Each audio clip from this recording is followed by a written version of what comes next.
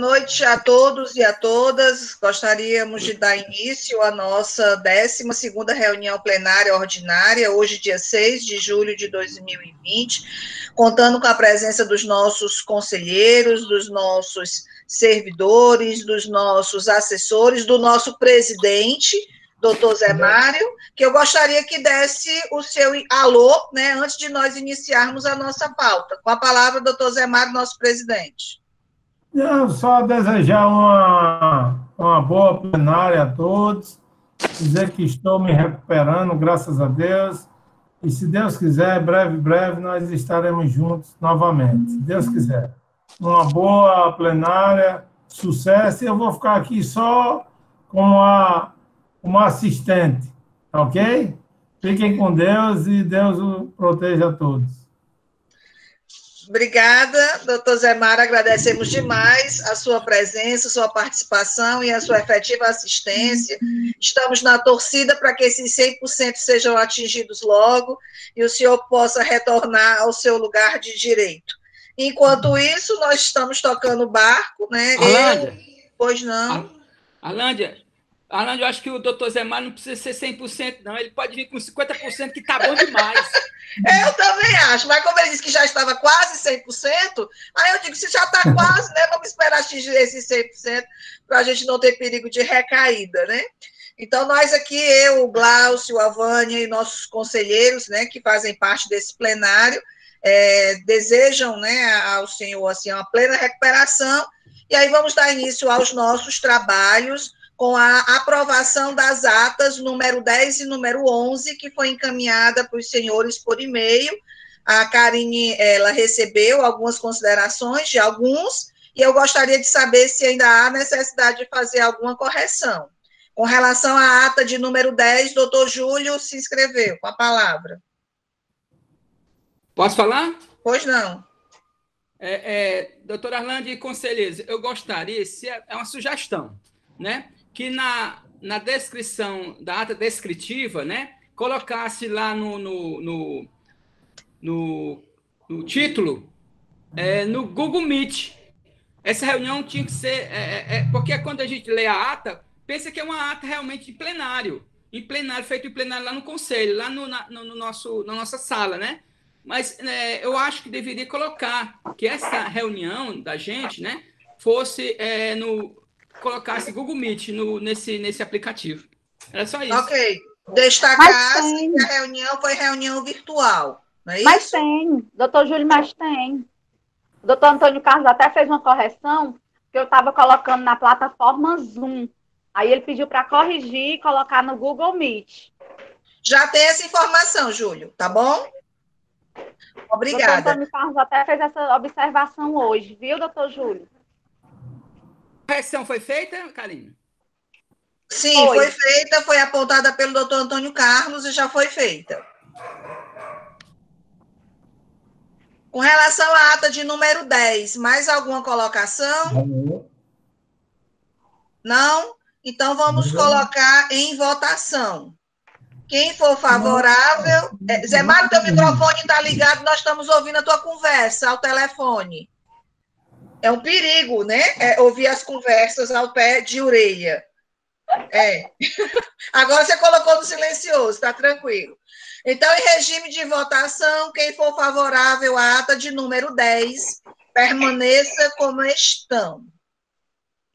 Aprovado pela a unanimidade dos presentes. Lembrando que estão presentes doutor Glaucio, nesse momento, Carla Deise, Samuel, Antônio Carlos, Júlio Peixe, e Marcelo e Arlândia, tá? São os conselheiros que estão participando. O doutor Zé Mário está presente, mas ele está afastado, e aí, portanto, não entra na nossa contagem. Com relação à ata de número 11, alguma consideração? Que foi a última plenária passada? Em discussão? Júlio, você quer fazer alguma colocação? A Karine foi confeccionada novamente aquela questão da fala do doutor Zé Mário, que dava a denotar que o Zé Mário estava fazendo parte da plenária, e não era.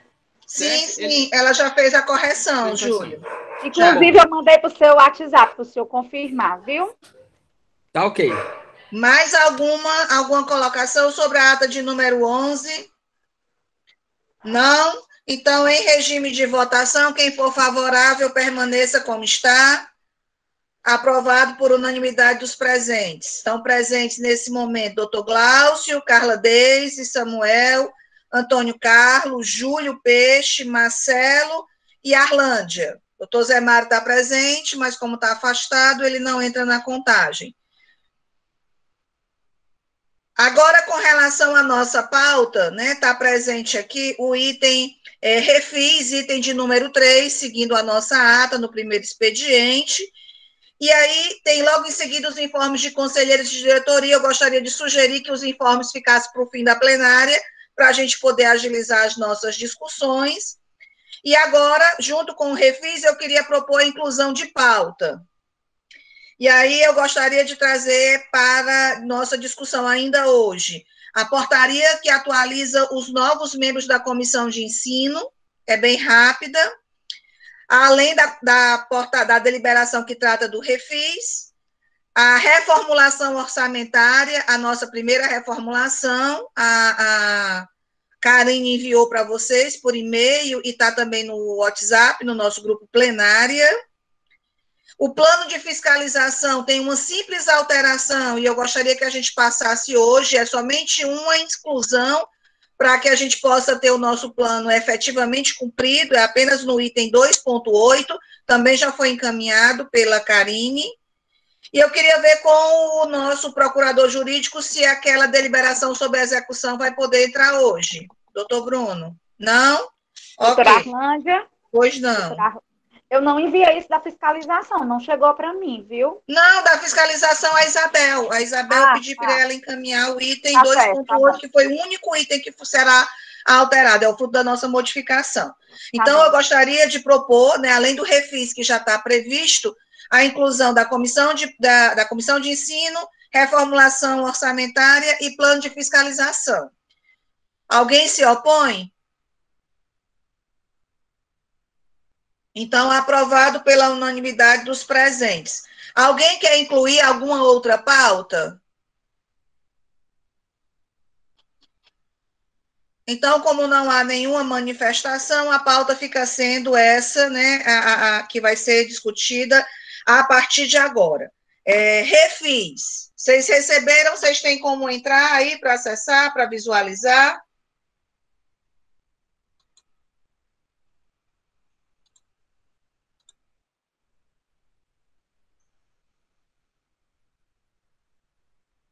Posso fazer a leitura?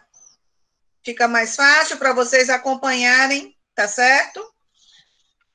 Esse refis, essa deliberação, ela foi encaminhada para o e-mail de vocês e ela foi aprovada agora no Conselho Federal de Farmácia, né? Então, por conta da aprovação no Conselho Federal, é que nós trazemos a discussão do nosso plenário para avaliarmos se implementaremos ou não aqui no nosso estado. Então, a deliberação, que ainda não tem numeração, de 2020, traz a seguinte ementa: estabelece programa de parcelamento, viabilizando a recuperação financeira das entidades empresárias farmacêuticas e pessoas físicas inscritas nos quadros do Conselho Regional de Farmácia do Ceará, CRFCE. O plenário do Conselho Regional de Farmácia, no estado do Ceará, no uso de suas atribuições que lhes são conferidas pela Lei 3820, de 11 de novembro de 1960, e posteriores alterações, e ainda de acordo com a decisão do plenário em sessão realizada em 6 de julho de 2020, considerando a necessidade de estabelecer estratégias capazes de reduzir a inadimplência, possibilitando a negociação e parcelamento de dívidas contraídas por pessoas físicas e jurídicas. Considerando a resolução 533, de 1º de julho de 2010, do Conselho Federal de Farmácia, que estabelece programa de parcelamento das receitas dos artigos 26 e 27 da Lei Federal 3820 de 60, viabilizando a recuperação judicial e extrajudicial das sociedades empresárias farmacêuticas e pessoas físicas inscritas nos quadros do Conselho Regional de Farmácia. Considerando os ditames da Lei 12.514, de 2011, que dispõe em seu artigo 6º, parágrafo 2º, que as regras de recuperação de crédito serão estabelecidas pelo respectivo Conselho Federal de Fiscalização das Profissões Regulamentadas, considerando os termos da recente Resolução 688, de 26 de junho de 2020, a qual adota procedimentos referentes à prorrogação até 31 de dezembro de 2020 do prazo para a formalização do pedido de ingresso ao PRF, CFF, CFF, estendendo ainda o prazo previsto no artigo 3º, parágrafo 1º da Resolução do CFF número 533, de 2010, em decorrência da pandemia do novo coronavírus Covid-19. Considerando a garantia dos Conselhos Regionais de Farmácia, a transação administrativa nos processos administrativos e nos executivos fiscais, serão facultados às pessoas físicas e jurídicas solicitar, mediante pedido escrito, ao presidente do Conselho Regional de Farmácia respectivo, termo de confissão de dívida conforme modelo em anexo. Considerando a não quitação administrativa sujeito o infrator à responsabilidade fiscal nos termos da Lei 6830 de 80, combinado com os artigos 35 da Lei Federal 3820 de 60. Considerando que as contribuições devidas aos conselhos de farmácia são consideradas tributos, artigo 149 da Constituição Federal, no tocante aos institutos da decadência e prescrição e aplicáveis às disposições previstas no Código Tributário Nacional. Considerando que, em matéria tributária, a decadência e a prescrição são consideradas causas de extinção de crédito tributário. Considerando que a prescrição se interrompe pelo despacho do juiz, pelo protesto judicial, por qualquer ato judicial que constitua em mora o devedor, por qualquer ato inequívoco, ainda que extrajudicial, que importe em reconhecimento do débito pelo devedor.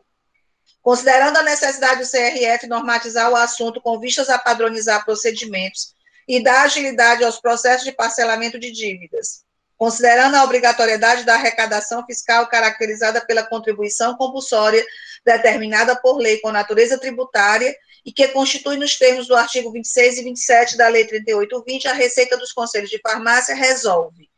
Artigo 1º. Fica instituído o Programa de Recuperação Judicial e Extrajudicial de Créditos Fiscais do Conselho Regional de Farmácia do Ceará, destinado a promover a regularização decorrente de obrigações fiscais não pagas no prazo legal pelas pessoas físicas e pessoas jurídicas devedoras, na forma estabelecida nessa deliberação. Artigo 2º. A adesão se dá por opção do devedor, pessoa física ou jurídica, que fizer jus ao parcelamento requerido a que se refere no artigo 1º dessa resolução e se condiciona a 1. Emissão de documento pelo respectivo Conselho Regional de Farmácia do Ceará do lançamento do débito. 2. Expressa renúncia a qualquer defesa ou recurso administrativo. 3. Aceitação plena e irrestrita de todas as condições estabelecidas nessa deliberação. 4. Assinatura do proponente ou representante legal ou através de procuração pública com poderes específicos. Parágrafo 1º. A formalização do pedido de adesão ao Programa de Recuperação de Créditos ao CRF-CE deverá ocorrer até o dia 31 de dezembro de 2020. A transação administrativa fiscal deverá abranger somente os créditos fiscais não pagos até o dia 31 de março de 2018. Artigo 3º. Será cancelado de imediato o parcelamento sem prejuízo de adoção de medidas administrativas e judiciais cabíveis ao devedor que incorrer 1. Inobservância das exigências estabelecidas nos incisos 1 e 2 do artigo 6º desta deliberação. 2. Inadimplência de 3 parcelas consecutivas ou não, objeto do Programa de Recuperação de Créditos. Artigo 4º. Ocorrido o cancelamento do parcelamento, será apurado o valor original do crédito tributário devido, incididos acréscimos legais e deduzidos os valores das parcelas pagas até a data do respectivo cancelamento, e abrangerá a totalidade dos processos administrativos que envolvem as partes interessadas, ressalvadas as dívidas originadas no ano vigente. Parágrafo único. O cancelamento do parcelamento implica na exigibilidade imediata da totalidade do crédito confessado e ainda não pago, com a adoção de medidas administrativas e judiciais cabíveis, restabelecendo em relação ao montante não pago os acréscimos legais referentes a multas, de mora ou de ofício, os juros moratórios e demais encargos.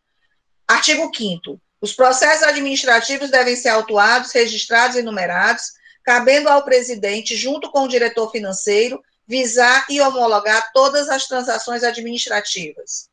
Artigo 6º. A adesão no programa de recuperação de crédito sujeita o devedor a 1. Confissão irrevogável e irretratável dos débitos referidos no termo de confissão de dívida, e 2. Pagamento regular das parcelas de crédito apurado e consolidado no respectivo Conselho Regional de Farmácia de sua jurisdição. Artigo 7º. Os créditos fiscais apurados e não pagos serão parcelados em até 35 parcelas mensais e sucessivas, vencíveis no último dia útil de cada mês, pagos com redução progressiva sobre multa e juros, de acordo com o número de parcelas na seguinte proporção. 1. Para pagamento em cota única, poderá ser concedida a redução de até 99% das multas e juros incidentes sobre o valor devido. 2. Para pagamento de 2 a 6 parcelas mensais e consecutivas, poderá ser concedida a redução de até 70% das multas e juros incidentes sobre o valor devido. 3. Para pagamento de 7 a 10 parcelas mensais e consecutivas, poderá ser concedida a redução de até 50% das multas e juros incidentes sobre o valor devido. 4. Para pagamento de 11 a 36 parcelas mensais e consecutivas, sem redução das multas e juros incidentes sobre o valor devido. Parágrafo 1º. A utilização dos critérios acima estabelecidos dependerá da análise de cada caso em concreto, não estando esse regional obrigado a aplicá-los em conformidade com o interesse público. Parágrafo 2º. Deverá ser devidamente expresso no termo de confissão de dívida a quantidade de parcelas a serem pagas, bem como os números dos processos administrativos e das CDAs, a natureza da dívida, o valor principal, inclusive a título de honorários advogatícios, e o valor dos descontos concedidos e valor total a ser parcelado. Parágrafo 3º. Incide correção monetária até a data do recolhimento pela variação do INPC, Índice Nacional de Preço ao Consumidor. Artigo 4º. O valor mínimo da parcela referente às pessoas jurídicas será de R$ 400 e às pessoas físicas de R$ 100. Artigo 5º. Após o vencimento, incidirá sobre o valor da parcela multa de 2%, variação integral do Índice Nacional de Preços ao Consumidor, INPC, calculado pela Fundação Instituto Brasileiro de Geografia e Estatística, IBGE, ou pelo índice oficial que venha substituí-lo, além do juro de mora de 1% ao mês. Artigo 6º.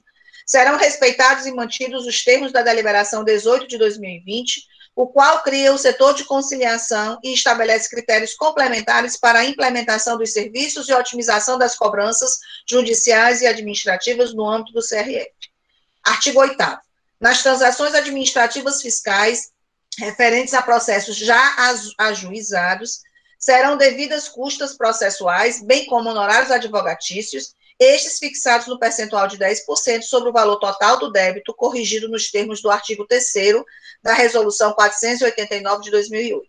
Artigo 9º. Os devedores que tenham sido beneficiados com outros parcelamentos e não tenham solvido os créditos fiscais, poderão requerer a inclusão do saldo devedor remanescente dos créditos apurados, efetuando o pagamento de, no mínimo, 20% do saldo remanescente. Artigo 10º. Após o deferimento do pedido de transação fiscal, o devedor assinará o termo de transação e confissão de dívida, que será também firmado pelo presidente e pelo diretor tesoureiro. Parágrafo único. No caso de descumprimento por parte do transicionado das condições estabelecidas no termo de transação e confissão de dívida, a transação administrativa estará automaticamente revogada, retornando-se à situação fiscal anterior com todos os seus consectários, ficando ainda o devedor impedido de requerer nova transação administrativa com base nessa deliberação. Artigo 11. Os casos omissos serão resolvidos pelo plenário do Conselho Regional de Farmácia do Ceará. Artigo 12. A presente deliberação entrará em vigor na data da sua publicação e terá vigência até 31 de dezembro de 2020. Artigo 13. Revogam-se as disposições em contrário. Sala das Sessões, professor Darcy Araújo Correia, 6 de julho de 2020. Essa é a nossa deliberação sobre refis e segue o padrão do que o Conselho Federal aprovou na última plenária. Em discussão. Alguém quer discutir? Em regime de votação. Você quer, Marcelo? Você quer, Antônio Carlos? Antônio Carlos e Marcelo. Antônio Carlos, a palavra. Não, eu estava só aumentando o som. Eu estava só... Beleza, então. Então, só Antônio Carlos. Não se bula, Marcelo, na hora que a Alândia estiver falando, é não se bulir. Mas é o seguinte, não, Alândia, só um comentário, eu acho que tão importante quanto aprovar o Refis, a questão do programa do Refis, a gente já aprovou outros, é a questão da divulgação, porque só fazer a deliberação e quem deve não chegar até os devedores é um trabalho, né, que a gente já viu isso em outros momentos do Conselho, que a gente não vai ter um bom resultado. Então, acho que tem de pensar aí com a sua equipe também, como isso vai ser divulgado em massa para que as pessoas saibam que está ocorrendo a renegociação, né? E aproveitando, e para fechar isso, a importância de divulgar o Refis, eu acho que nós falando passado e tudo, eu vi alguma coisa, alguém comentou em plenário, a questão que o CRF não conseguia participar daquelas renegociações de dívidas, né? Às vezes tem um mutirão que ele faz com as empresas, aí vários órgãos participam para renegociar as dívidas. Eu não sei se aí o Bruno está aí, se o CRF, se vier a ocorrer o outro mutirão promovido pelo PROCON, DECON, se o CRF pode participar para negociar essas dívidas com seus devedores, que são muitos, né? Tanto pessoa física como pessoa jurídica.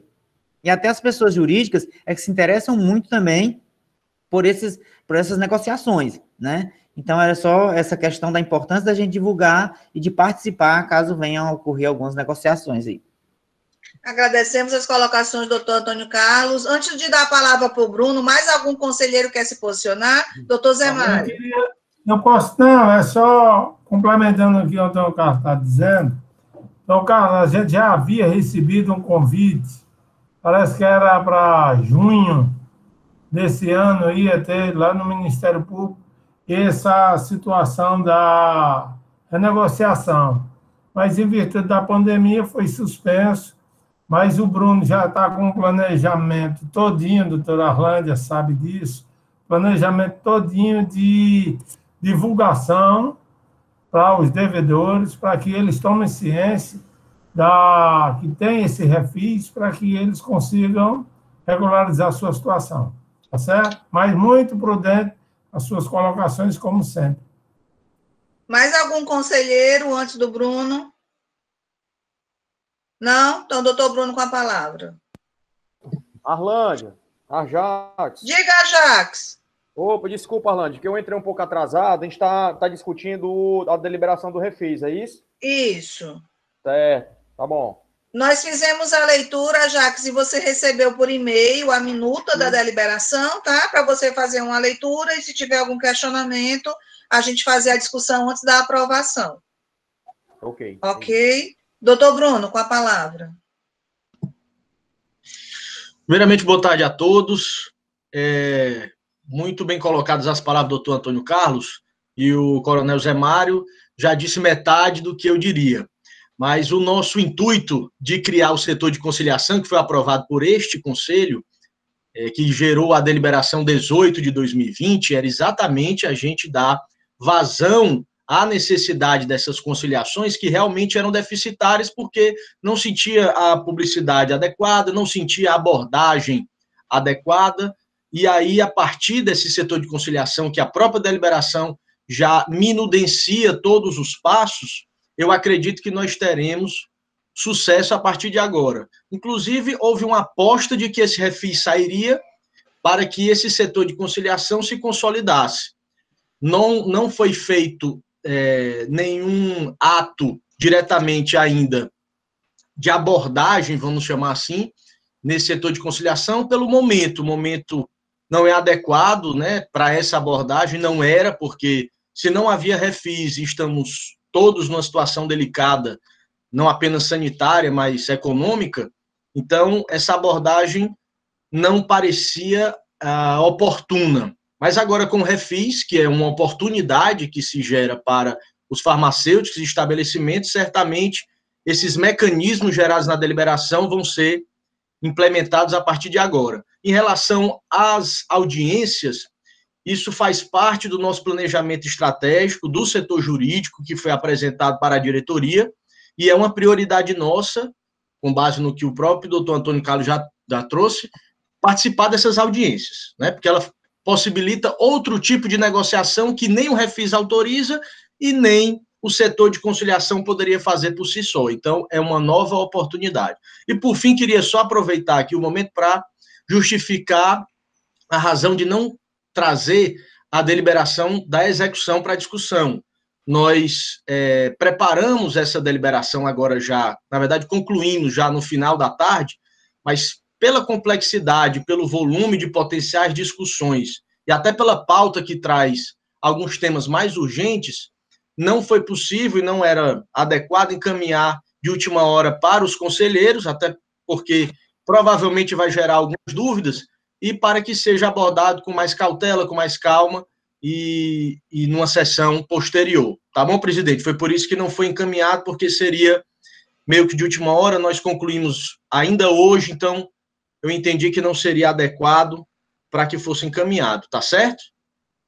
Com certeza, agradecemos, doutor Bruno, as considerações, a deliberação sobre a execução, realmente ela envolve um pouco mais de discussão, então é oportuno que aconteça na próxima plenária, ainda agora em julho, né, porque nós temos, né, que também avançar com relação a essa questão, e agora deixar a demanda aí, né, para o setor de conciliação, que é um setor criado por esse plenário, para fazer toda essa divulgação ampla e restrita, junto com a Cris, né, que é da nossa TI, junto com a Carla, que é responsável pelo marketing, porque a gente precisa criar peças de divulgação, concordo com o Antônio Carlos, o prazo é exíguo, né, então eles têm apenas até 31 de dezembro para fazer esse reconhecimento de dívida, e se eles não tomarem conhecimento, certamente não farão oportunamente. Então, é importantíssimo, né, chamar a atenção não apenas da aprovação por esse plenário, da questão do refis propriamente dito, mas principalmente da divulgação para que todos possam, tendo conhecimento, usufruir, se assim desejarem.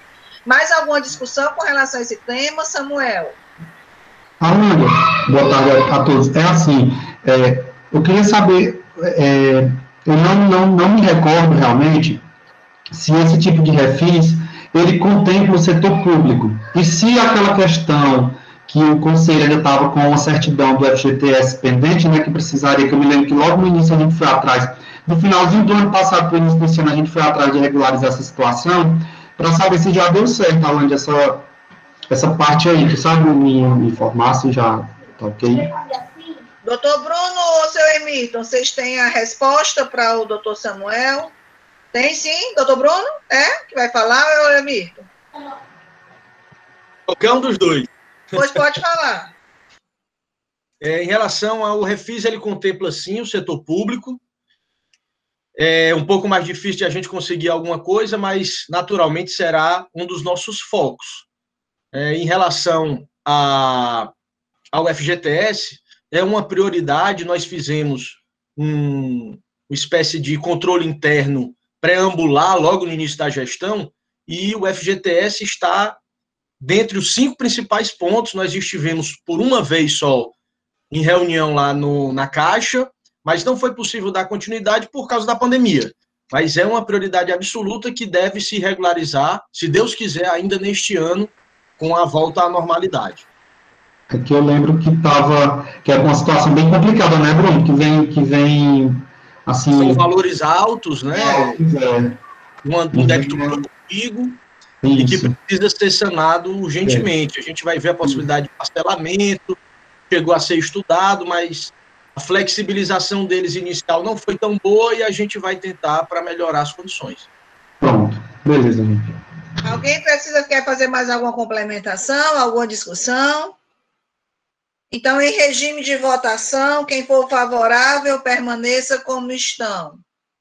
Aprovado pela unanimidade dos presentes. Carla Deise, Samuel, Antônio Carlos, Júlio Peixe, Marcelo, Glaucio, Vânia, Jeandri, Ajax, Arlândia. Faltou algum conselheiro eu mencionar?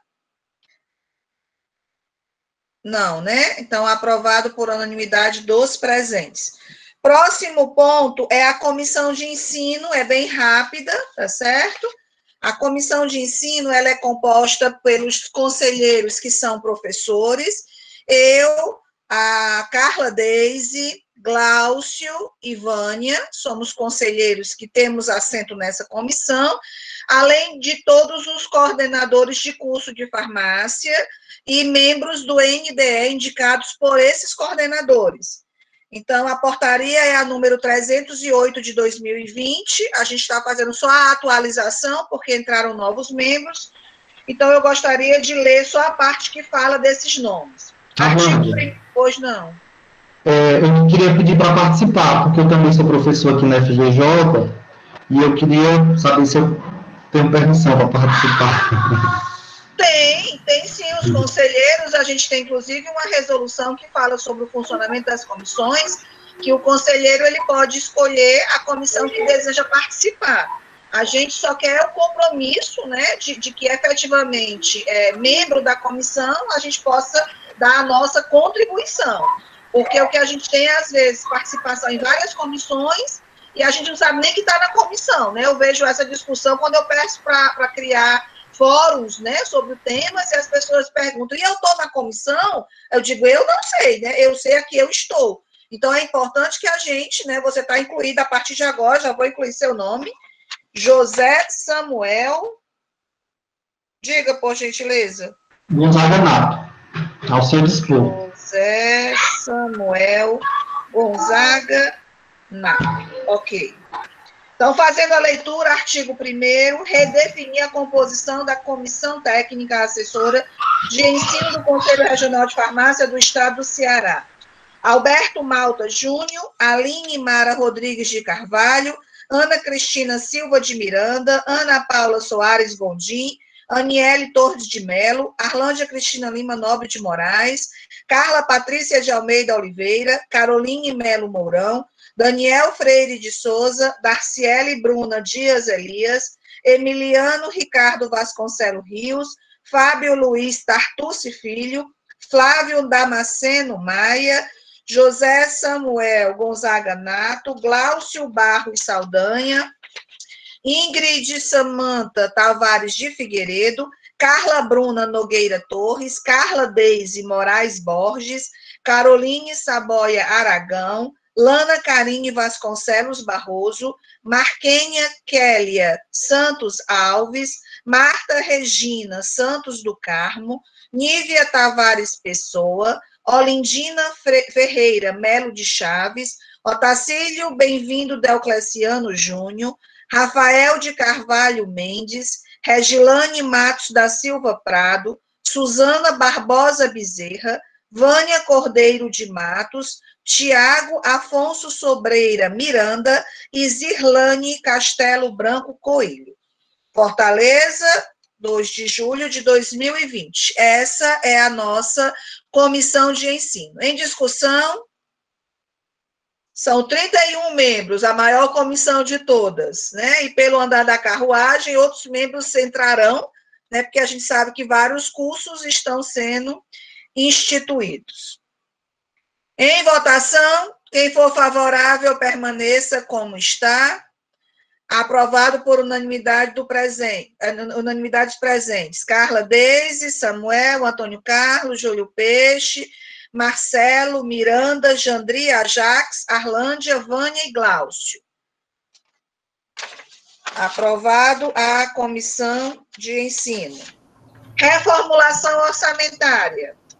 Vocês receberam 3 documentos, né? Um documento que traz a primeira reformulação orçamentária, é um quadro que a gente apresenta o valor orçado para 2020 e o valor que a gente pretende reformular.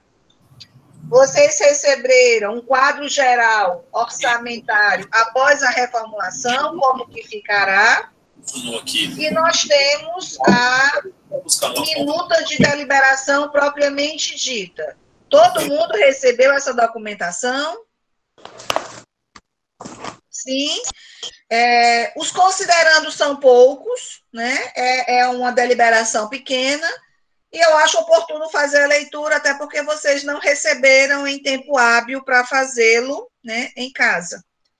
Então, a minuta de deliberação, número que ainda não tem, de 2020, traz como ementa, dispõe sobre a primeira reformulação orçamentária de 2020. O plenário do Conselho Regional de Farmácia do Estado do Ceará, reunido em sessão ordinária, em 19 de julho de 2010, usando as atribuições que lhes são conferidas pela Lei 3820, Epa, não é, a data não é de hoje, né, não? Reunida em sessão ordinária, aqui a gente corrige o cabeçalho, tá certo? Em 6 de julho de 2020. Usando das atribuições que lhe são conferidas pela Lei 3820, de 11 de novembro de 1960, e suas posteriores alterações em seu regimento interno, considerando os princípios constitucionais que norteiam a administração pública brasileira, esculpido no artigo 37 da Carta Magna, com destaque aos princípios da legalidade e moralidade administrativa, considerando as disposições contidas na Resolução 531 de 2010, que estabelece normas e procedimentos orçamentários, contábeis e financeiros e da outras providências, considerando a proposta de reformulação apresentadas pelo setor de contabilidade através da CI Contábil número 90 de 2020, considerando a necessidade de contemplar outras rubricas não previstas no orçamento de 2020 para atender à realização de despesas autorizadas, resolve. Artigo 1º. Aprovar a primeira reformulação do orçamento-programa para o exercício de 2020, discriminados nos quadros anexo a esta deliberação, onde a receita orçada permanece inalterada em R$ 9.844.000, sendo R$ 9.171.000 em receitas correntes e R$ 673.000 em receitas de capital.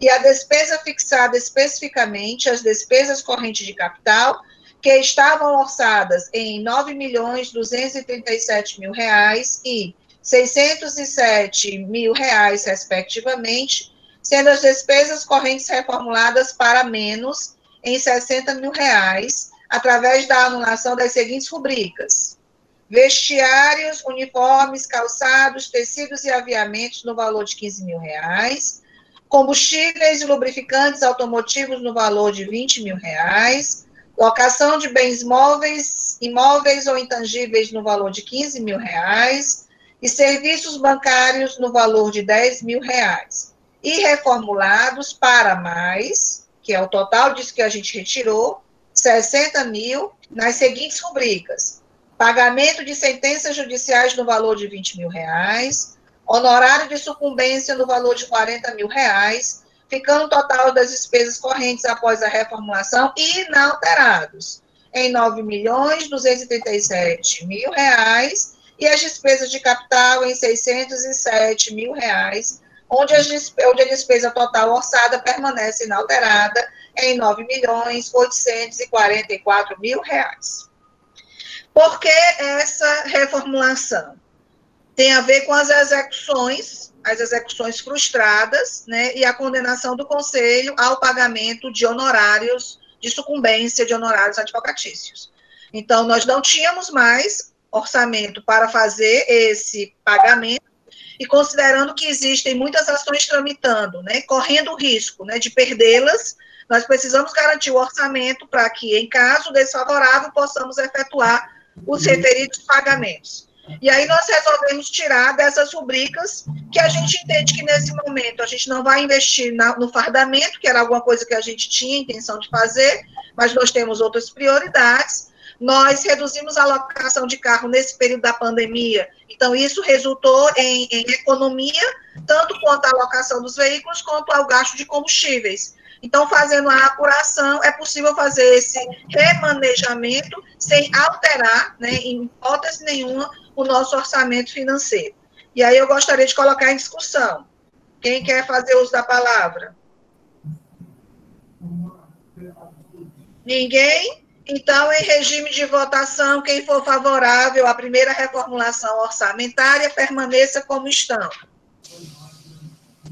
Aprovado pela unanimidade dos presentes. Acho que a Karine já tem a relação dos presentes, né, Karine? Acho que só não entrou a Miranda, eu não vi Miranda aqui. São todos os conselheiros, exceto a Miranda, porque eu não vi ela entrando ainda na plenária. Próxima pauta. Plano de fiscalização. Plano de fiscalização, eu queria, antes de mais nada, passar a palavra para o nosso procurador jurídico e para a nossa assessora de fiscalização, se ela estiver online. o motivo dessa modificação. Qual foi o motivo, né, o que gerou essa alteração? Nós já aprovamos o plano no finalzinho do mês passado, aí vocês podem pensar, já vem de novo para alterar? Não, gente, não é uma alteração, é uma mera complementação para que a gente possa esclarecer melhor o nosso plano. Então, com a palavra, doutor Bruno ou a doutora Isabel, fiquem à vontade, antes de eu fazer a leitura. Eu, por uma questão de cavalheirismo, vou passar a palavra para a doutora Isabel, depois eu falo. Isabel, cadê você? Acho que a Isabel não vai querer o cavalheirismo.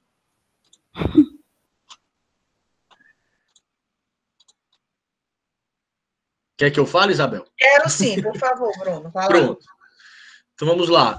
Nós tivemos uma reunião já depois da aprovação do plano de fiscalização com os fiscais e, por unanimidade, ficou deliberado que o tempo era muito escasso para que nós enveredássemos esforços em alguns contextos que não traria maiores resultados. E isso já estava relativamente regulamentado no plano de fiscalização. Então, o que foi que nós alteramos? Apenas que alguns estabelecimentos que estão no conceito de dispensar de medicamentos, nós deixássemos claro no plano que esses estabelecimentos teriam uma atenção diferenciada, menor, do que os outros estabelecimentos que não são considerados dispensários de medicamentos. Na nossa ótica, apesar de não ter um conceito formal, tirando aquele do STJ e da portaria do Ministério da Saúde, que fala só dos 50 leitos, nós entendemos que CAFs e CAPs, como a gente já discutiu na aprovação do plano, não se enquadra nesse conceito, tendo em vista que é impossível que haja leito no ambiente como tal e que eles têm, via de regra, medicamentos sujeitos a controle. Então, tem uma atenção diferenciada. É diferente das farmácias hospitalares, das UPAs, que jurisprudencialmente é unânime que se enquadra no entendimento de dispensar de medicamentos, apesar de eu discordar, mas é unânime, e das policlínicas. Então, como a gente precisa enveredar esforços nas maiores problemáticas ao longo desses 6 meses, essa alteração foi para direcionar uma atenção mais voltada aos CAPs e às centrais de abastecimento e deixar as outras um pouco de lado para que o problema maior seja solucionado. Então, além daqueles padrões que a gente já sabe, das farmácias, drogarias, o foco dessas fiscalizações serão CAFs, CAPs e os estabelecimentos que não se enquadrem no conceito de dispensar medicamentos, a exemplo das farmácias hospitalares com mais de 50 leitos e todos os demais de vinculação hospitalar que também tem mais de 50 leitos. Então, a mudança é basicamente essa. E aí, com relação ao texto, né, seria só incluído no nosso plano, no item 2.8, o seguinte trecho, tá? No setor público, respeitada a eventual decisão judicial, será inspecionado com ênfase nas irregularidades e ilegalidades já identificadas, conforme reza a Resolução 648 de 2017, com foco nos estabelecimentos que potencialmente oferecem maiores riscos à população, a exemplo dos CAPs e CAFs, independente do número de leito. No que tange às farmácias hospitalares, UPAs e policlínicas, em virtude das decisões judiciais que ampliam o conceito formal de dispensários de medicamentos, serão fiscalizadas até uma vez aqueles que, conforme o CNAS, detenha mais de 50 leitos. Nas unidades básicas de saúde, em virtude também de divergência jurisprudencial ainda não superada, bem como em razão da evidente nocividade mais latente nos estabelecimentos elencados acima, deverão ser fiscalizados até uma vez ao longo do presente exercício. Os estabelecimentos públicos que estejam irregulares, ilegais ou em funcionamento sem a presença física do profissional farmacêutico deverão ser autuados. É esse o trecho que nós queremos inserir no nosso plano de fiscalização. Em discussão.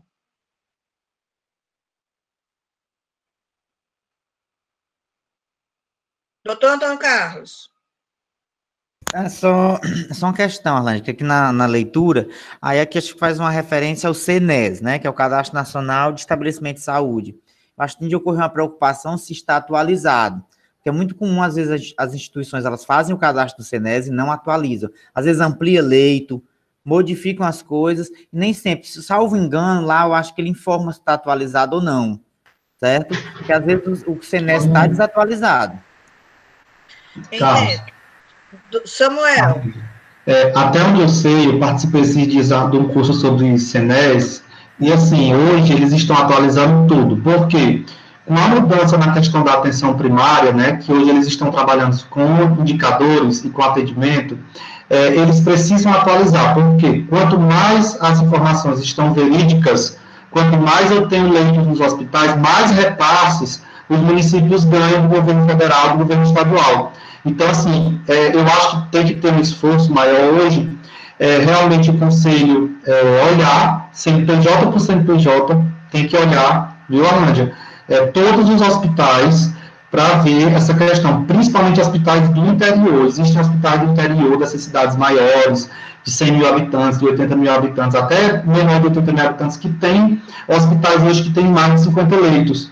Exatamente por isso, porque quanto mais leitos eles informam no CNES, mais eles ganham, principalmente agora, após o Covid. Principalmente agora, após o Covid, teve muita atualização. Ok, obrigado pela consideração. Mais alguém? Então, Bruna, talvez a gente colocasse só assim, desde que atualizado, né? Porque é uma preocupação do Antônio Carlos, que eu acho que é salutar, apesar de que o Samuel coloca que há essa atualização frequente, mas pode não ocorrer. Então, a gente poderia criar aí um dispositivo CNES, desde que atualizado, ou outra forma de constatação. Acho que a gente poderia só fazer esse adendo. Mais alguém, além do Bruno? Não? Então, doutor Bruno. Em relação a isso, eu acho complicado a gente, apesar de ser pertinente a preocupação do doutor Antônio Carlos, a gente condicionar, porque abre uma brecha para que a gente acabe não fiscalizando em alguns pontos. Então, talvez elencar uma parte em que alerte para que haja um cuidado nessa verificação. É diferente de a gente condicionar, desde que esteja atualizado, mas a gente não sabe como é que vai estar essa atualização, com que frequência. E se não atualizar, a gente não fiscaliza, né? Tem esse detalhe. Então, acho que a gente pode colocar do cuidado. Agora, eu lendo e relendo aqui o texto, eu acho que houve um equívoco breve em que há, no determinado momento, falando de mais de 50 leitos, e é de menos de 50 leitos. A leitura, na redação, mais de 50 leitos, na verdade, serão fiscalizados até uma vez, aqueles que, conforme que nós tenha menos de 50 leitos, ok. Isso, é porque quem tem mais de 50 leitos vai para a regra geral, que é até 2 vezes, de 1 a 2. Ok. Tá bom? Feito essa correção, mais alguma discussão? Bruno, você pode ver que Isabel também, né, Isabel? Corrigir onde tem, né? Depois do CNES, tenha menos de 50 leitos, só para não ter problema. Doutor Zé Mário e doutor Samuel em seguida.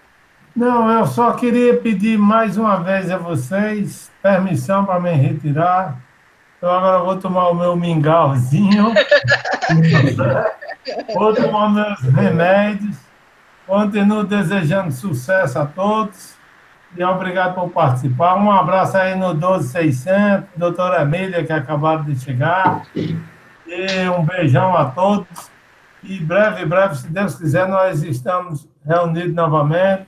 E mais uma vez, parabenizar a doutora Arlândia, doutor Glaucio, doutora Vânia e os conselheiros federais, doutor Egberto, doutor Nilson, pelo trabalho que estão desenvolvendo na frente do conselho, principalmente nessa pandemia que está um negócio meio complicado. Parabéns, de coração, agradeço o excelente trabalho que vocês estão realizando. Ok? Uma boa noite a todos e fiquem com Deus. Tchau, Zé, obrigada, viu? Fiquem com Deus. Amém. Doutor Samuel. Arnaldo, uma dúvida que eu tenho, porque quando a gente estava, o ano passado, que foi essa discussão, já no finalzinho da nossa gestão, em relação à fiscalização de dispensários, a gente foi ler, né, Bruno, o que é o despacho do juiz, né, que foi o juiz que despachou. E ele dizia que nem podia ser registrado no conselho, não era obrigatório o registro do profissional farmacêutico no conselho, nem do estabelecimento. Isso procede, é assim mesmo, é essa a interpretação? Com a palavra, o doutor Bruno. Doutor Samuel, eu vou lhe pedir desculpa. Cortou, pelo menos para mim, quando o senhor falou. Eu não consegui compreender. Não sei se foi só para mim. Ele quer saber, Bruno, se esses estabelecimentos que são considerados dispensários, se existe a obrigatoriedade deles estarem registrados no conselho. Inclusive com o farmacêutico, porque aí, quando você for inspecionar, você vai considerar ilegal se não tiver registro no conselho. Aí ele quer saber se nessa inspeção vai ser verificado essa questão. Isso. Na verdade, não tem obrigatoriedade do registro, mas são fundamentos distintos. Inclusive, a própria resolução 676 do Conselho Federal não nos ajuda, porque ela trouxe no seu bojo, eu acho que ela é de 2017, dizendo que os estabelecimentos públicos cuja atividade básica não é farmácia, ou seja, todas as unidades hospitalares, elas não devem ser registradas no Conselho e não devem, portanto, pagar anuidade. Então, o entendimento jurisprudencial é que, com base na Lei 6839, que ela fala das atividades básicas, ela diz que se a atividade básica do estabelecimento, seja público ou privado, não é a farmácia, né, já fazendo uma leitura mais direcionada para a gente dessa lei, ele não deve ser registrado. Então, os dispensários de medicamentos, eles são unidades de saúde, vamos dizer assim, não são farmacêuticas propriamente ditas, aí eles não teriam obrigatoriedade, com base nisso, de ter o registro, certo? A questão do dispensário de medicamentos, em quantidade de leitos da assistência farmacêutica, é um desdobramento disso, mas são justificativas distintas, certo? Mas é verdade, infelizmente, as decisões estão assim mesmo. É pelo registro e pela... Aí, nesse caso, Bruno, considerando esse entendimento, a fiscalização, ela já tem essa orientação de quando vai fazer a inspeção nesses estabelecimentos, de não autuar como ilegal por não terem o registro, porque aí você sabe que a multa é a mais alta de todas, né? E aí a gente tem que ter sensatez também. Se eles não são obrigados, a gente não vai autuar nesse contexto. Mas, por exemplo, central de abastecimento farmacêutico. Não, aí é diferente. Não, a central de abastecimento, Bruno, ela já deixa de ser hospital. Ela eu falo aquilo que a gente considerou agora dispensário. Policlínica, UPA e hospitais com menos de 50 leitos. O fiscal vai lá, ele vai ter que ir pelo menos uma vez. É isso que o nosso plano está dizendo. Ele chega e o estabelecimento até não vai registrar. Até uma vez. Ou seja, ele pode ir nenhuma. Ele pode ir nenhuma. Okay. Então, Arlândia, nós discutimos na plenária passada, foi na plenária retrasada, a questão da otimização da fiscalização. Então, nós estamos voltando a uma coisa hoje que não está otimizando a fiscalização.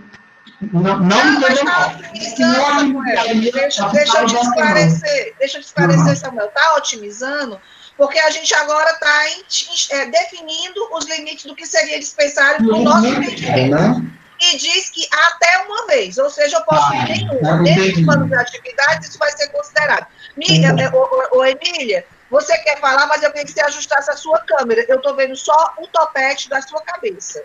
Né? Ótimo, você é uma coisa muito linda, eu gostaria de vê-la como um todo, pelo menos o rosto completo. Estou vendo só o nariz. Nariz para cima, tu tem que focar a tua computador, a tua cadeira. Melhorou bastante, né? Agora eu estou vendo o bronze. Tá ótimo. Palavra. Tá o microfone desligado. Pode ligar o seu microfone. Mantendo a câmera focada como estava, porque agora voltou só para a testa. Pronto. Assim, nós estamos falando nas unidades que são consideradas dispensários, certo? Mas a gente não pode esquecer das farmácias polo, entendeu? Não é só CAPS e CAF. Nós temos farmácias polos que tem talidomida, tem portaria 344, tem antibiótico. Então, a gente tem que deixar claro que essas farmácias mais centralizadas, onde ela centraliza... O pessoal, em relação ao CAP. Peraí, Samuel, ela já lhe dá uma parte. Ela não está lhe dando uma parte ainda não. Continue, Emília. Não, é só para lembrar que não podemos tratar, eu não considero uma farmácia, aquelas polo, uma unidade só, porque elas têm portaria 344, ela tem antibiótico, ela tem medicamento de alta complexidade, que é os medicamentos do alto custo, clozapina, Leponex, aqueles outros medicamentos que da atenção terciária. Eles não podem ser considerados unidade dispensária, do mesmo jeito que uma CAF e que um CAPS. Ok, muito bem lembrado, doutora Emília. O seu abar, Samuel. Só em relação ao CAPS, o seguinte, hoje o que os municípios estão fazendo, pelo menos aqui eu observei em alguns municípios, Fortinho, Aracati, Capuí, os CAPS hoje eles só estão dispensando o aldol-decanoato. O restante da medicação que os médicos eles prescrevem, e alguns do aldol-decanoato é dispensado também na farmácia Polo. Então tem a farmácia Polo, a farmácia central, onde ela detém todos os controlados, inclusive os postos de saúde, pelo menos aqui no Aracati, no Fortinho, que é onde eu tenho mais vivência, até porque esses dias trocou a chefe da vigilância sanitária e ela me pediu algumas informações, eu acabei perguntando isso também. Esses controlados que são disponibilizados tanto de alto custo, como os próprios controlados que é disponibilizado através da PPI estadual, eles estão sendo dispensados, eles estão sendo concentrados em um único local, onde naquele local ali tem um farmacêutico, que seria a farmácia Polo. Okay. Mas isso tem que ser levantado cidade por cidade, porque tem CAPS que dispensa, sim, medicamento controlado. Então, vamos pensar assim, Bruno, as unidades básicas de saúde, exceto as unidades de farmácia Polo. Porque eu entendo que farmácia Polo, pela sua particularidade, ela entraria como CAPS. Ela seria considerada no mesmo patamar de CAPS, porque obrigatoriamente precisa ter farmacêutico. Inclusive, tem medicamento de alto custo, que uma exigência é ter o farmacêutico responsável. Então, teria que ter esse outro adendo. Diga, Bruno.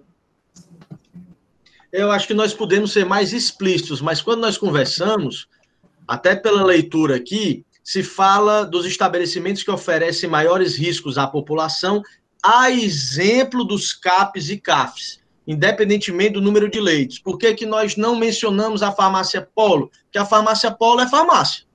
E sendo farmácia, ela é abrangida no conceito de farmácia, e sendo de farmácia, ela precisa ter assistência farmacêutica pronta. Essa é a forma que a fiscalização pensa, né? E que eu concordo. A gente poderia ser mais explícito. Mas eu acho que na hora que você coloca assim, nas unidades básicas de saúde, vírgula, exceto as farmácias Polo, vírgula, concordo. Em virtude também da divergência jurisprudencial, aí você continua o termo. Porque a farmácia Polo, ela tem as suas peculiaridades. Ela tem medicamento do componente especializado, ela tem medicamento de controle especial, e ela precisa obrigatoriamente ter farmacêutico, que elas têm.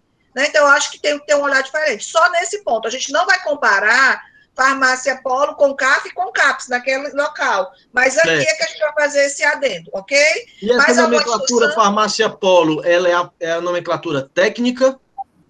Fica bom colocar ela dessa forma no plano, só para ter certeza. Fica claro. Ela fica clara, né? Ela não fica técnica, tá? Elas são consideradas realmente farmácia Polo. Eu não sei como é que elas estão registradas, cadastradas no conselho. A gente precisa ver isso. A Jax e depois Carla Deise. Pronto. Só duas colocações aqui. A primeira, a Arlândia colocou uma indagação para o Bruno no início, com relação, por exemplo, uma UPA, né? Ela vai ser, e assim, aí o Bruno esclareceu posteriormente que até uma vez, ele pode até nem ser fiscalizado, né? No caso do fiscal ir chegar lá na UPA, né, e não encontrar farmacêutico, não tem registro, qual é a saída? O que é que ele vai fazer a partir daí? Só a primeira dúvida. Ele não vai. Isabel, como é que vocês combinaram com o fiscal? Eu sei que foi feito umas alterações no cadastro, não é isso, o Cris? Se houver essa fiscalização, a Isabel, a Emília está dizendo que eles não vão. Mas digamos que vá, porque ele pode, de repente, chega uma demanda do Ministério Público, ele tem que ir. E aí ele foi. Mas ele não vai poder colocar, gente, ele não vai poder autuar como ilegal. Porque não há essa obrigatoriedade de ter esse registro. É isso que nós estamos entendendo. Diga lá, Cris. Boa noite a todos. Assim, da última plenária, né, a gente teve uma reunião com os fiscais, a doutora Arlândia, eu acho que ele também participou, né, doutora? E onde foi criado umas ocorrências. Foi para a base teste para os fiscais testar. A doutora Luzivânia pediu para criar outros motivos nessa situação. Quando ela fosse no estabelecimento, ela não pudesse aplicar o AI. Aí lá vai ficar facultativo. Ele pergunta, o sistema pergunta, não foi aplicado nenhum AI, porque é só um termo de orientação. Foi feita essa mudança. A doutora Isabel vai fazer a ata da reunião que aconteceu com os fiscais, para que todos assinem. E essas informações ainda não estão em produção. Ela continua em teste, porque eu estou esperando o ok da doutora Isabel, que ela está vindo com os fiscais, para ver se mais alguém quer testar. Alguns já testaram e outros não, para a gente colocar no produção, porque aí ele não vai aplicar o AI. Essas foram as alterações que foram feitas. Ok. Esclarecido, Ajax? Arlande, aí só assim, agora só para finalizar, bem rápido, entendi, esclarecido. Com relação às UPAs, certo? Eu vou tomar por base a UPA daqui de Sobral. Lá existe uma farmacêutica, certo? Que a doutora Diúlio vem fazendo um trabalho brilhante lá. E eu fico imaginando um estabelecimento igual a UPA daqui de Sobral. Eu fico imaginando um estabelecimento igual a UPA daqui de Sobral. Tá desligado seu microfone, Ajax. Opa, desculpa, pronto. Aí eu fico imaginando, com colegas, a partir do momento, assim, que a direção de uma UPA dessa souber que não é obrigado, ou talvez ele saiba, mas muitos talvez nem saibam, que não tem a obrigatoriedade de manter um farmacêutico. Eu fico imaginando, aqui em Sobral, uma UPA dessa funcionando sem um farmacêutico. Ajax, deixa eu fazer aqui só uma correção. Não é que não são obrigados a ter um farmacêutico. Ele não é obrigado a inscrever o estabelecimento no conselho. Ele não precisa ter esse registro aqui. Mas o farmacêutico, claro que precisa. Dependendo dos medicamentos que tenha, vai precisar. Emília, eu já lhe dou a palavra, tá? Tem a Carla Deise na sua frente ainda. Diga, Ajax. Pois mas a partir do momento em que, assim, infelizmente, a nossa profissão tem essa questão dessa obrigatoriedade do profissional e não pela necessidade, né? Uma coisa que me entristece bastante. Porque, com certeza, daqui um certo tempo, talvez não agora, muito certamente, quando você não tem a fiscalização, né, de chegar lá, infelizmente, né, porque não era para ter isso, você não precisa obrigar um hospital a ter um médico, porque já faz parte da equipe, você não precisa obrigar um hospital a contratar um enfermeiro, porque é necessário, né? Infelizmente, a nossa área, a nossa classe, precisa dessa questão da fiscalização, realmente, para que as pessoas, os empresários, enfim, é uma coisa que me entristece bastante, eu fico imaginando a UPA de Sobral, porque, assim, se não colocar farmacêutico lá e nem havendo fiscalização... Não, Ajax, mas a gente não está dizendo que não vai haver. Isso é o plano de 2020, considerado o panorama atual, onde a gente vai precisar priorizar o que é prioridade. Você até é redundante, né? Vamos ter que priorizar as prioridades. Não quer dizer que não vão. Então, o nosso plano ele prevê até uma vez. Se nós fiscalizarmos tudo que temos que fiscalizar, certamente esses estabelecimentos eles entrarão. Para 2021, nós vamos pensar numa outra estratégia, tá certo? É só estratégia momentaneamente, viu? Doutora Carla Deise, depois escrito, tá? Emília, Samuel e Júlio. Samuel, como já fez uso da palavra várias vezes, terá um tempo reduzido. Carla Deise, por gentileza. Boa tarde a todos. Só por uma questão que vocês estavam pontuando aqui, a questão da nomenclatura, e aí eu venho reforçar que algumas nomenclaturas no organograma do Estado mudou. Então, exemplo, hoje nós não temos mais as CREs, nós temos as áreas descentralizadas, nós temos as superintendências regionais, que são 5. Então, também dentro desses estabelecimentos, nós também temos medicamentos controlados, talidomida, os medicamentos do programa do tabagismo, nós temos os medicamentos do alto custo. Só mesmo assim, não sei se para a questão do Estado em si, se deixar CAF. Então, nós no interior não trabalhamos na dimensão CAF, nós temos um setor da assistência farmacêutica, onde muitas vezes nosso setor administrativo tem uma CAF, uma mini CAF. A gente lida com a dimensão de CAF a nível central, que é COASF. Então, não sei se vale a pena também ver essa questão da nomenclatura, aqui na hora do documento, é só essa intervenção mesmo, Tá, Carla Deise, obrigada pela sua consideração. A gente está usando a nomenclatura que está prevista nos nossos cadastros, no Conselho. Então, os estabelecimentos eles já são cadastrados com essa nomenclatura. Então, fica mais fácil a gente organizar o plano de acordo com o nosso cadastro, não necessariamente considerando o que tem a nível de municípios ou a nível estadual, tá certo? Entendi. Obrigada. Doutora Emília, obrigada também.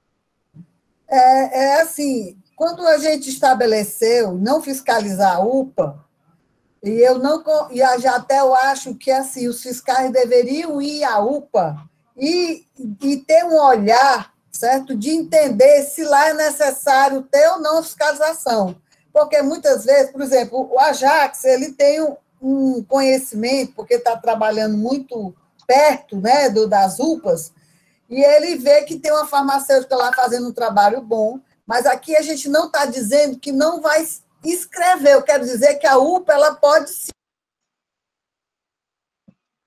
Desligou seu microfone, Emília, estamos sem ouvi-la.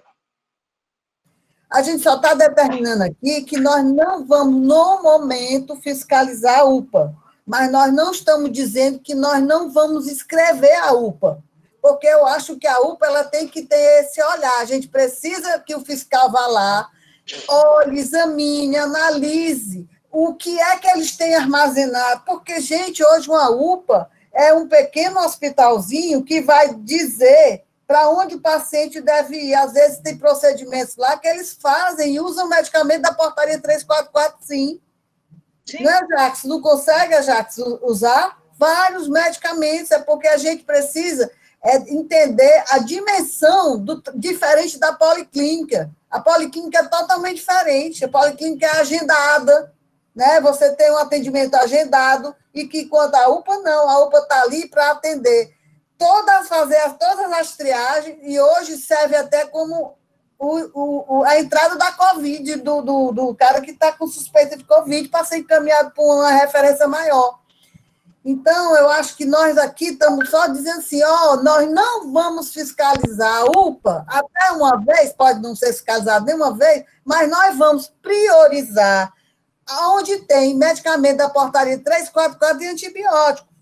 E não é só nem antibiótico, porque se você for atrás, as unidades básicas, todas têm antibióticos. Todas. Sim. Né? Então, assim, temos que só dizer isso, que não é não escrever a UPA. A gente precisa entender como é que a UPA está hoje dentro do contexto, porque, para mim, ela tem uma farmácia até de grande porte dentro dessas UPA. Só para complementar, viu, muito Arlândia? bem. A doutora Emília está certíssima. Diga, Jacques. Até para complementar o que a Emília disse, por exemplo, a UPA aqui em Sobral, hoje ela assim, era para ser uma UPA municipal, mas ela foi regionalizada, né? Então, ela recebe os pacientes, ela estabiliza os pacientes, principalmente o de Covid, e tem paciente que passa 3, 4, 5 dias, 6 dias lá aguardando o leito para ser transferido para a Santa Casa ou para o hospital regional. Então, assim, eu sei porque eu conheço lá, até porque lá é gerido por uma OS, né? Eu não tenho tanta gerência lá dentro, mas eu tenho um diálogo aberto com o pessoal lá, e eu sei que lá tem medicamento de todo tipo, desde de medicamento para entubar, né, até o simples, o azitromicina que eles estão fazendo lá no protocolo. Exato. Doutor Júlio, com a palavra. Samuel foi contemplado com a fala do Ajax. Escute, a Emília, a UPA, com certeza é um pequeno hospital de emergência. Meu cunhado ontem foi para uma UPA e ele teve que tomar medicamentos, inclusive controlados. Então, como é que não pode ser uma fiscalização em cima dessa instituição, né? Porque tem de tudo mesmo. Júlio, deixa eu explicar. A gente não está dizendo que não vai fiscalizar. Nós vamos fiscalizar. Só que a gente precisa elencar o que hoje é mais complicado, porque todas as ações envolvendo as UPAs, elas dão ganho de causa para a UPA. O Conselho tem perdido todas. Então, infelizmente, o cenário ele não é favorável a essas inspeções que gerem auto de infração. não impede as inspeções que gerem a notificação, que aponte que é um hospital, um serviço que utiliza medicamentos, que a legislação exige a presença do farmacêutico para a questão da economicidade, da racionalidade da utilização dos compostos. A gente vai fazer as inspeções, sim, mas a autuação é que não está sendo eficiente, não faz sentido, nós estamos perdendo todas. A prova disso é que tivemos que fazer reformulação orçamentária para aumentar os valores de honorário de sucumbência. Todas as ações que entramos, perdemos. Todas. Com a palavra do doutor Bruno. Só um instantinho, Bruno. Júlio está com a palavra ainda. Pois é. Olha, Arlândia, eu entendo, sim, que nós temos que dar prioridade. Mas eu entendo também que a gente tem que entrar com recursos jurídicos para mudar essa ideia. Essa ideia também, eu entendo também a questão dos postos de medicamentos. Gente, se a gente não mudar esse pensar do juiz, sabe? Se a gente não tiver um jurídico que dê realmente, convença um juiz que ele está errado e a gente não fiscalizar um posto de medicamento, porque um posto de medicamento vende só tudo hoje, né?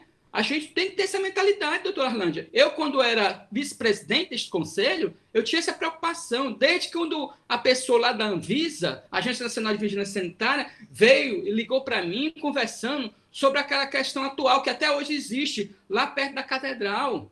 Ali uma venda de medicamento, até hoje está lá, vendendo sem nota fiscal. Quer dizer, isso é o poder público que tem que cair em cima. E a gente, como principal dono da situação, dono do medicamento, pelo menos é o que eu acho, que nós farmacistas ainda somos, né, faz parte da nossa responsabilidade, nós devemos realmente ter noção do que essas coisas têm que ser realmente batalhadas no jurídico, né? Mas a minha parte aqui era a questão das inscrições, das fiscalizações nas unidades básicas de saúde. Eu pergunto a doutora Arlândia, a fiscalização, porque o Maracanaú, as unidades básicas de saúde estão registradas aqui no Conselho. E nós já sofremos uma fiscalização este ano em todas as unidades básicas de saúde, enquanto outros municípios que têm unidades básicas de saúde que não são fiscalizados. Então, Maracanaú, infelizmente, foi penalizado por inscrever suas unidades básicas de saúde no Conselho.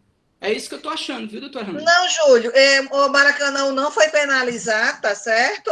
Os outros municípios, eles terão essa possibilidade também da fiscalização. O problema é que quando nós fiscalizamos, não deve ter acontecido, deve ter sido antes da pandemia, né? Foi agora, doutora. Já foi agora? Região metropolitana? Então, a doutora Isabel depois pode dar esclarecimentos com relação a isso. Mas nós não havíamos feito essa aprovação no nosso plano de ensino, no nosso plano de fiscalização, né? Mas eu acho que não é penalidade, não, né? Eu acho que é importante fiscalizar até para garantir aí a empregabilidade dos colegas farmacêuticos, não é não?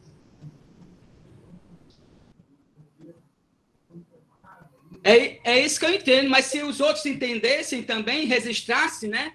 Pois mas a gente vai fazer, mediante essa campanha da notificação, né, todo um trabalho de sensibilização. O que eu digo para o senhor é que as medidas judiciais cabíveis estão sendo tomadas, os recursos estão sendo adentrados, só que, infelizmente, a cabeça de juiz, cada cabeça é uma sentença. Então, a gente tem, às vezes, duas situações que são iguais, e que são discutidas, às vezes, pelo mesmo juiz, e que o mesmo juiz tem um entendimento diferente dependendo do caso, né? E assim é complicado. Mas a gente tem tentado mudar essa realidade, mas infelizmente a gente pensa que essa mudança ela deverá acontecer, se acontecer, a longo prazo. E aí, a curto prazo, a gente realmente precisa dar essa prioridade aos outros estabelecimentos, que são muitos que estão com problemas aí, né, de ilegalidade e irregularidade. Doutor Bruno. Pronto, queria só para esclarecer para o doutor Júlio, rapidamente. Esse é um problema que já vem de muitos anos, né? Ele foi potencializado realmente nas decisões mais recentes, porque nos anos passados, principalmente no ano passado, muitas demandas não tiveram defesa. talvez 70% das demandas não houve defesa. E aí realmente acelerou esse processo. Não digo que teria mudado algo, porque isso é uma realidade nacional, né, de dificuldades, as decisões. Eu tive o cuidado de, antes de abordar esse tema aqui com os senhores e com a diretoria, eu entrar em contato com a Procuradoria de São Paulo, que era a única que tinha resultados positivos, e hoje não tem mais, com a do Rio Grande do Sul, que também é uníssono, perde todas, né? Mas isso foi mais volumoso em termos de honorários e de custas, porque geralmente esses processos demoram um tempo para terminar, e no nosso caso não terminou porque não houve defesa. Ao longo do ano passado todo, praticamente não houve defesa, então acelerou. Nós nem nos manifestamos, né? Eu digo nós, conselho, independentemente de gestão. Então, teve esse agravante. Agora, o que foi, com base no que o senhor está dizendo, o que é que ficou muito bem definido no setor de fiscalização? Que nós vamos mudar a estratégia. Não adianta a gente continuar fazendo o que sempre fez, que não está dando certo. Então, o que foi que nós mudamos de estratégia? Em vez de a gente autuar e levar um auto de infração para execução e aguardar que o juiz indefira o nosso pleito, a fiscalização vai ao local, ela vai fazer um relatório minucioso, ela vai dizer o que é que tem e o que é que não tem, com detalhes, com fotos e o que mais for, e nós vamos ingressar com uma ação mostrando a importância e a obrigatoriedade do profissional farmacêutico para que seja contratado. Nós vamos deixar de mexer com uma ação de execução, que ela é simplesmente um título executivo, para que seja chancelado, e nós vamos discutir a matéria. Nós vamos levar para o juiz dizendo, olha, o farmacêutico ele precisa estar aqui por causa disso, disso, disso e disso. Então, a ação é de obrigação de fazer. Nós não vamos receber nenhum valor por isso, porque a multa ela impõe, né, valores pecuniários, mas nós vamos ganhar muito mais, que é uma oportunidade de explicar de fato qual é a importância do farmacêutico e, a partir daí, criar uma nova metodologia de decisões. Aí sim a gente pode trazer um resultado diferente. Se a gente continuar fazendo a mesma coisa que a gente faz há 5, 6 anos, infelizmente a gente vai continuar perdendo. Isso é o que a gente tem visto no Brasil todo. Ok, para encerrar essa discussão, doutora Emília, alguém ainda quer falar? Isabel, você quer falar alguma coisa? Eu peguei. Não? Depois você fala isso? Ok, depois da Isabel, não, depois da Emília e Isabel, e a gente encerra essa discussão. Não, Arlen, sabe o que é? É porque eu peguei aqui na palavra do Bruno, do doutor Bruno, que ele disse que a gestão passada não fez não defendeu muito, né? Então, essa sucumbência, esses valores que você está se referindo aí, o aumento, foi da gestão passada. É isso, doutor Bruno? Emília, mas assim, infelizmente, elas são do conselho. Independente da gestão, o conselho ele tem que arcar, né? A gente tem que separar isso, sabe? Porque é uma situação meio difícil, Arlândia. Nós estamos com um problema financeiro que você está fazendo aí, a transposição, de achar que foi na gestão atual. Que perdeu, que teve que pagar várias sucumbências, não foram vocês, e foram a gestão passada. Isso aí tem que deixar bem claro, entendeu? Porque se o doutor Bruno não fala, a gente ia pensar que era de vocês, que não defenderam, e essa sucumbência toda aí que vocês pagaram foi nessa gestão atual, entendeu? Então, deixar assim, eu só quis só colocar uma situação, porque, assim, vamos separar, né? Entendeu? Entendi, doutora Emília. A gente agradece aí, né, os seus esclarecimentos. Estão só reforçando, né? Foram processos que tramitam já há algum tempo. Alguns deles não tiveram a defesa que deveriam ter, outros tiveram, mas independente de ter sido apresentada a defesa, o nosso lado não foi considerado, né? E aí nós perdemos. E quando há perda de uma ação judicial, a parte que perde, ela tem que pagar os honorários de sucumbência à parte que ganha.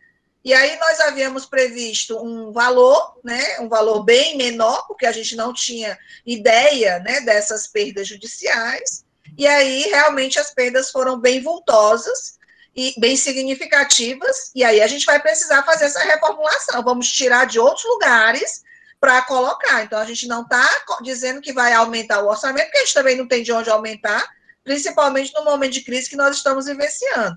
Mas a gente vai ter que remanejar de um lugar para o outro, né? Então, alguns lugares vão perder recursos para que a gente garanta o pagamento de eventuais custas, se houver ainda decisões desfavoráveis ao Conselho. E aí, por conta disso, eu até pedi para o Bruno realmente ver essa deliberação sobre a execução, para que a gente seja mais sensato, né? A gente só vai entrar cobrando por execução aquilo que a gente tiver chances efetivas de ganhar. Nós vamos implementar aí a questão da conciliação, né? O setor de conciliação, porque a gente entende que é um caminho mais rápido, mais eficiente, mais eficaz, e na mesma medida nós estamos indo com a fiscalização, uma fiscalização mais orientativa e priorizando determinados estabelecimentos, para que a gente não cometa os mesmos equívocos que foram cometidos, né? Que a gente precisa corrigir. Se não está dando certo, a gente precisa mudar o rumo dessas coisas. Doutora Isabel, com a palavra, só para finalizar aqui essa discussão da fiscalização. Boa noite a todos. Rapidamente, só para esclarecer o doutor Júlio sobre essa inspeção realizada em Maracanaú. Doutor Júlio, essas tarefas de Fortaleza e região metropolitana que estão sendo realizadas agora são tarefas de rotina que foram geradas bem antes da pandemia. Aí, como foram suspensas durante a pandemia, né, agora a gente retomou para poder finalizar todas essas tarefas que ficaram pendentes, tá certo? Não foi nada realizado depois desse novo entendimento do nosso plano de fiscalização. São só tarefas antigas que precisam ser finalizadas, tá certo? Feito as devidas discussões, né? Acredito que dados os devidos esclarecimentos, encerrado a discussão, vamos para a votação. Ainda não estou satisfeita num ponto, sabe? Porque eu não falo só na perda do dinheiro, não. Eu falo nas defesas que não foram feitas, o que foi que a nossa profissão perdeu. Que isso não tem volta, né? Não dá para voltar atrás, né? E perdemos prazo. Financeiro é uma coisa que eu concordo, que antes nós tínhamos só liminares, as liminares elas foram avaliadas quanto ao mérito, e hoje é acórdão, hoje é decisão, não é só liminar que pode ser derrubada, não, gente. Hoje nós temos muitas decisões desfavoráveis ao Conselho Regional de Farmácia, porque as defesas elas não foram apresentadas no tempo, ou quando apresentadas não foram consideradas pelo juízo. Mas a gente precisa avançar, né? Vamos ver esse outro caminho que o Bruno está apontando, que seria a ação da obrigação de fazer. Já que a gente não está conseguindo pela execução, a gente vai tentar juntar argumentos robustos para que o juiz entenda que a presença do farmacêutico ela é essencial, né, à saúde pública. Se houver esse entendimento, nós mudaremos essa realidade dentro em breve. E eu acredito que nós vamos precisar da ajuda de todos vocês, por experts que são nas várias áreas de atuação do farmacêutico, para ajudar, né, a dar esse embasamento para que o nosso jurídico ele junte um arcabouço que possa convencer o juiz dessa grande importância na profissão farmacêutica. Eu acho que é por aí. As nossas câmaras técnicas elas vão dar esse apoio. Então, feitas aí as considerações em regime de votação, quem for favorável à alteração do item 2.8, com essa consideração sobre as farmácias polo e com a alteração de mais de 50 para menos de 50, conforme já discutido, permaneça como estão. Aprovado por unanimidade dos presentes. Quem está presente, Karine, nesse momento? Marcelo, Carla Deise, Samuel, Antônio Carlos, Júlio, Gláucio, Emília, Jandri, que está fazendo até pose, Ajax, Arlândia e Vânia. Acho que falei todos. Só faltou a Mira, não é isso? Eu estou vendo só o teu A, mas eu estou te considerando presente. Pois é, eu estou tentando abrir aqui minha imagem e não está mais aparecendo. Ok, mas a gente está te ouvindo, está bem tranquilo. Então, encerrados a primeira pauta, a pauta do primeiro expediente, nós gostaríamos só de comunicar, né? Deixamos os informes dos conselheiros e diretores para o final, mas só informando que a seccional de Juazeiro, ela se encontra fechada por um período de 4 dias, por motivo de saúde do nosso servidor, Então, isso está colocado no site, né, para que as pessoas da região sejam informadas adequadamente, né, e entendam, se houver necessidade, que elas se dirijam por via eletrônica à nossa sede do regional, e convidá-los a todos para a semana que vem, dia 7, 8 e 9 de julho, o primeiro Fórum de Educação Farmacêutica que vai ocorrer, é uma iniciativa da nossa Comissão de Ensino. Nós já temos a organização agora da PIX, né, que é a comissão do doutor Júlio, para um próximo evento, e a doutora Miranda ela já sinalizou sobre o evento também da Comissão de Farmácia Hospitalar, Farmácia Clínica e Oncológica. E aí eu sugiro aos colegas que fazem parte de outras comissões que mobilizem também os seus membros para que a gente possa organizar fóruns virtuais semanalmente, para dar visibilidade, né, ao nosso conselho, às nossas comissões e principalmente ao farmacêutico que atua nessas áreas. Então, dando encerramento ao primeiro expediente, gostaríamos de agradecer a presença de todos e boa noite. Hoje, que dia? 3 de julho, 6, que 3, meu Deus, 6 de julho de 2020, obrigada pelos meus assessores, hoje, 6 de julho de 2020, obrigada. Encerrado o primeiro expediente.